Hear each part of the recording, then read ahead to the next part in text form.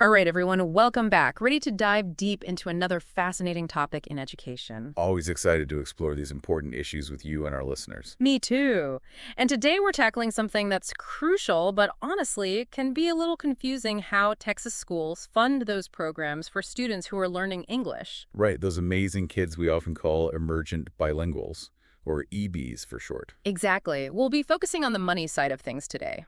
Specifically, the two main sources of funding that make those programs possible. Sounds like a plan. Let's break it down. Okay, so first up, we've got the state's own investment in these students, the Bilingual Education Allotment, or BEA, and then there's the federal support coming in through Title III, Part A.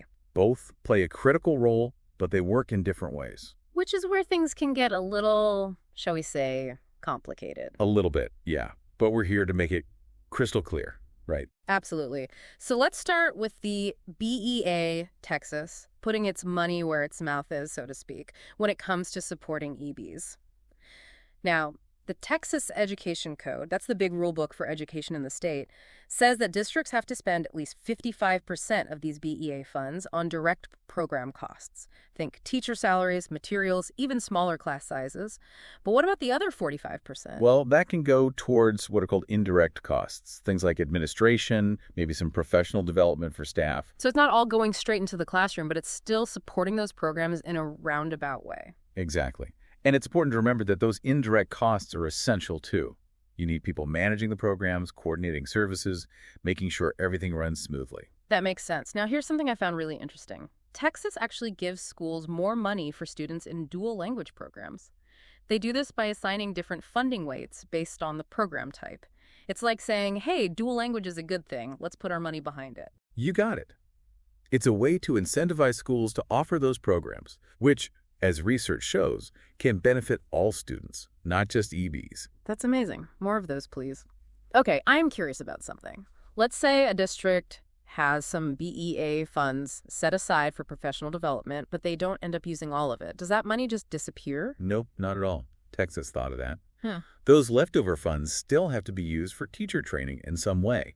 It's a clever way to make sure the money is always going towards supporting educators, which ultimately benefits the students. Smart move. Okay, let's bring in that other piece of the funding puzzle now, the federal Title III, Part A. Now, is this just a bonus pile of cash that schools can use however they want? Not exactly. It's important to remember that Title III is meant to supplement, not replace, state and local funding. Okay, so it's not about taking over, it's about adding to what's already there. Right.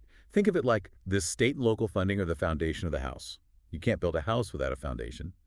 Then Title III comes in and adds the roof, the windows, maybe even a fancy deck. I love that analogy. So Title III is all about enhancing those programs, filling in gaps, and expanding opportunities for EB students. Precisely.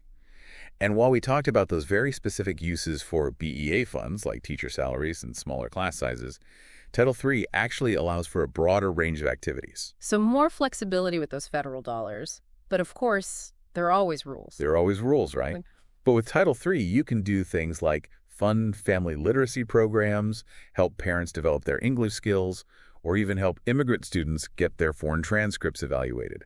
It's all about removing those barriers and creating opportunities for success. Wow, that's fantastic. So it sounds like Title III can have a pretty big impact, especially when it comes to supporting not just the students, but their families as well. Absolutely.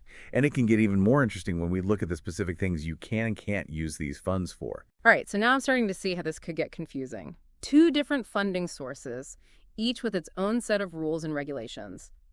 Sounds like you need a spreadsheet and a law degree to figure it all out. Maybe not a law degree, but yeah, it can definitely be a lot to keep track of. So let's unpack it a bit more, shall we? Let's look at some specific examples of what you can and can't do with each funding source. Okay, I'm ready to get into the nitty-gritty. Hit me with those details. All right, let's start with something that might surprise you. BEA actually allows schools to give stipends to those bilingual and ESL teachers, to encourage them to stick around and really develop their expertise. Makes sense to me. Keep those great teachers in the classrooms. Right. But here's the catch. They can't use BEA funds for one-time hiring bonuses. Interesting distinction, huh? It is. So why the difference? Why stipends but no bonuses? Good question. I think it reflects a focus on long-term support rather than those short-term solutions. Stipends encourage teachers to stay in those roles, keep learning, and really invest in their students. Ah, so it's about building that dedicated and experienced workforce. Ah. Got it. Okay, what about Title III? Anything interesting there? Well, there's always something interesting with Title III. For example, did you know that they can actually fund college courses for EL students? Really? That's amazing. So they're helping them get a head start on their college education. Exactly. But there's a caveat, of course. It's only if those courses aren't already offered to other students. It's all about equity and making sure EL students have access to the same opportunities. Okay, now that's a rule I can get behind. Leveling the playing field. I like it. Right. And before we move on, let's make sure everyone's clear on this because it's important. Neither funding source can be used for certain things, like those DAEP programs, the disciplinary alternative education programs. Right, those have their own specific funding streams. And it makes sense, too. These funds are supposed to be laser-focused on supporting those emergent bilingual students. Exactly. But they also can't be used for things like foreign language classes for all students or meals. It's all about staying focused on the intended purpose. So no free lunches. Got it. But seriously, it's great to know that these funds are being used strategically and specifically for supporting EBs. Absolutely. It's about making sure those dollars are actually making a difference in the lives of these students. Which brings us to the big question, how do schools actually use this funding to create effective programs and support systems for EB students? We've talked about the rules, but how does it all come together in practice? That's where things get really exciting, and that's what we'll be diving into in the next part of our conversation. Stay tuned, folks. We'll be right back to explore how those dollars translate into real action and real support for those amazing EB students. We can't wait to share those insights with you. Okay, so we've got those two big funding buckets in Texas for our emergent bilingual students, the BEA from the state, and Title III, Part A from the feds. But knowing the rules is just the first step, right? How do schools actually take that money and create programs that, really make a difference? That's the key question, right? Turning those dollars into real, impactful support and services for these students. And Texas actually encourages schools to think about both of those funding sources, BEA and Title III, when they're making their plans. Plans? What kind of plans? Oh, right. Sorry. They're called campus and district improvement plans. Basically, it's a blueprint for how schools are going to use their resources to help students succeed. And a big part of that is, of course, how they're going to support EB students. So it's not just about saying, hey, we want our EB students to do well. It's about coming up with specific actions and strategies to make that happen. Exactly. And it all starts with really understanding what those students need. What are their language levels? What are their academic strengths and challenges? What kind of support do their families need? That's where needs assessment comes in. Ah, okay. So it's like going to the doctor. You need a diagnosis before you can get the right treatment. Perfect analogy. It's about being strategic and intentional with those resources. Now, I'm really interested in Title III specifically. It seems to have a much wider range of things it can be used for. And you mentioned some of those earlier, like family literacy programs and helping immigrant students get their transcripts evaluated. Can you give us some more examples? What else can schools do with those Title III dollars? Sure. Let's see. One thing that comes to mind is providing translation and interpretation services for families. Yeah, that makes sense. Navigating the school system in a language you're still learning can be incredibly difficult for parents. Absolutely. And Title III can help break down those barriers by, translating school documents, providing interpreters at parent-teacher conferences, or even just having bilingual staff available to answer questions. That's huge. And not just for the parents, but for the students, too. We know that when parents are engaged, kids do better in school. It's a win-win for everyone. And speaking of families, let's circle back to those family literacy programs we touched on earlier.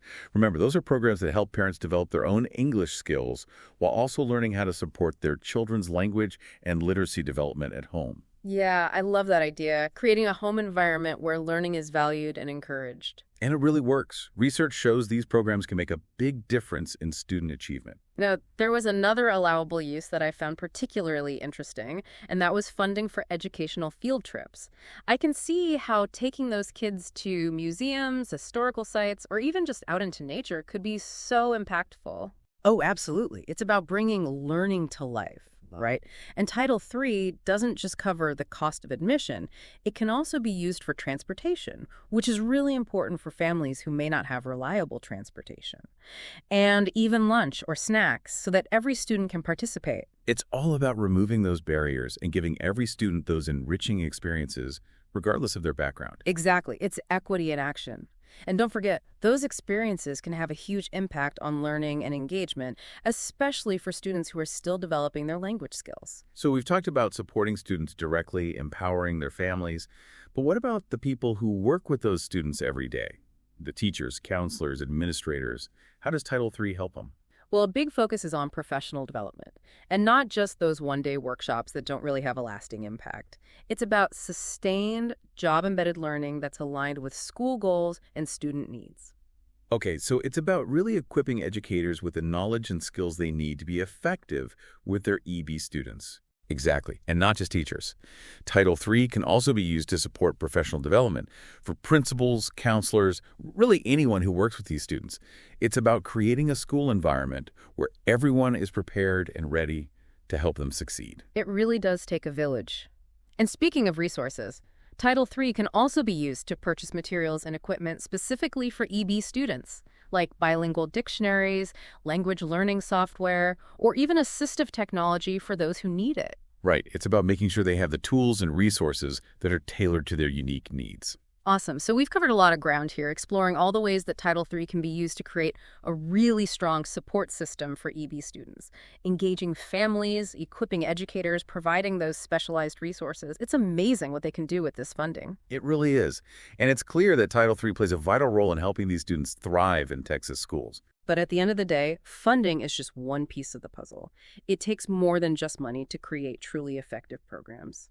So in our final part, I think we should shift gears and talk about how all of us, parents, teachers, community members, can make sure these funds are being used wisely and that we're creating a system where every single EB student in Texas has the opportunity to reach their full potential. What do you think? I love it.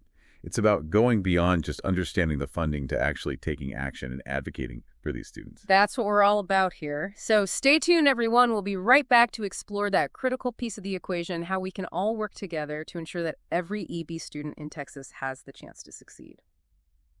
Okay, so we've gone deep into the weeds of bilingual education funding in Texas. We've looked at the state's BEA and the federal Title III.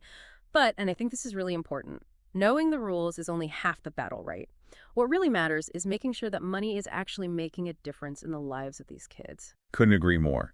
It's about translating those dollars into programs and support systems that actually empower these students. Exactly, and that's where you come in, dear listener. Yeah, you. That's right. This isn't just about being informed.